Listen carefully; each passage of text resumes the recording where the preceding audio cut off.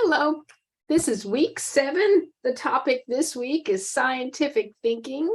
But before we get to the topic, I would like to talk about what you're going to turn in by Tuesday at midnight. And the reason that we're actually doing this by Tuesday at midnight is because I'm trying to keep your online section on this exact same path and schedule as the face-to-face schedule students. So in our face-to-face class on Tuesday, they are actually bringing in the math games they've created and all the items that you see on your list that are required.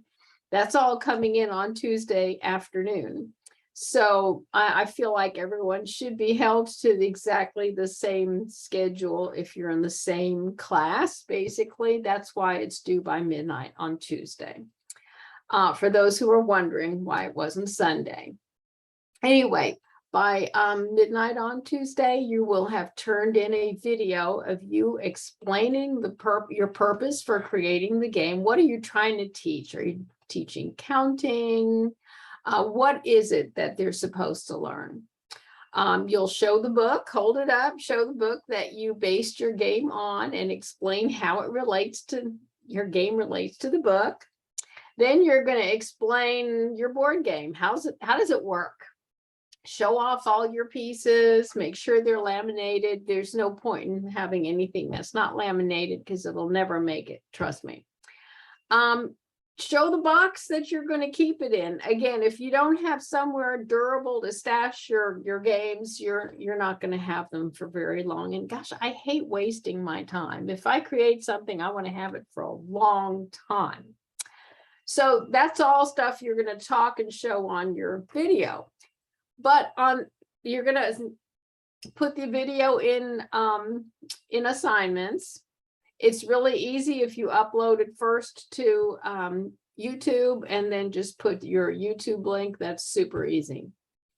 Please make sure you upload your materials list, your standards, and your complete instructions for your games so that if anyone wants to play it, they know exactly how you intend for it to be played. If you have any questions about the games, please let me know. Okay, so now we're going to move on to what we're doing next, which is scientific thinking. You're going to read Breda Camp, obviously, that's right here. You're going to watch this video as you're doing right now, and let's go ahead and take a look at some of the things that you will be learning about during your readings this week. Here are the 3 big areas that are covered in science in early childhood, and you're expected to teach it. There's physical science, life science, and earth science. Physical science includes such things as properties of liquids and solids, ice, water, steam. There you have it. Rocks, sink and float. Physical science, such things as how do things move, the simple machines, the inclined plane, the lever, the pulley, the wedge, the axle, how things move, wheels. Physical science includes things such as sounds, loudness, characteristics of sound, characteristics of color, characteristics of light, magnets, characteristics of living things. That's what life science is all about. Characteristics of the human body, healthy foods, getting enough rest, exercise, and water, the 5 senses. Characteristics of plants and animals. We go development of butterflies, from seed to plant.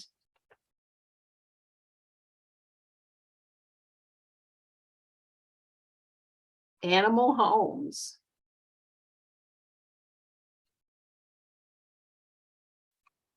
Earth and space science, things such as weather, seasons, geography, and planets.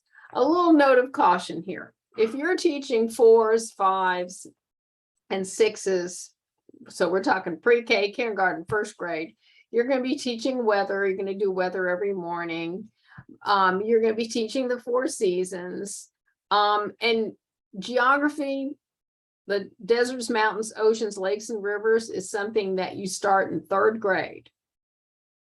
Planets are generally covered starting in 2nd grade. I know there are a lot of space units for pre-K and kindergarten. That is really abstract thinking for someone that's 4 and 5. Even though it's great to, point out the moon and the sun and stars and things like that. But that's a very abstract concept. So if you look at your Oklahoma academic standards, you will see those really come in seriously about 2nd grade. Earth and space science has much more detailed weather, where we talk about all different kinds of precipitation, not just the fact that it's raining or snowing or hot and cold. So it becomes much more detailed as we go on. The 4 seasons. Here's the geography and the planets. So that's just a broad overview of the Oklahoma academic standards and what all is covered. Each is covered, but at a much more detailed pace when it comes to the various age and grade levels. So anyway, I want to show you this as well, because one of the upcoming assignments, and I'm not going to cover the assignment this week because next week is all about that assignment, but I wanted to put it in with the other science things, is this kitchen science piece. You will next week be coming up with a science activity. And this is just a little bit of a resource. You do not have to use it. It just has some very good, basic, very cheap science activities that you can do in an early childhood classroom. So just for ideas, I know there are thousands of ideas out there online. If you don't want to even look at it, that's fine with you. It's free. I just thought I'd include it. Okay.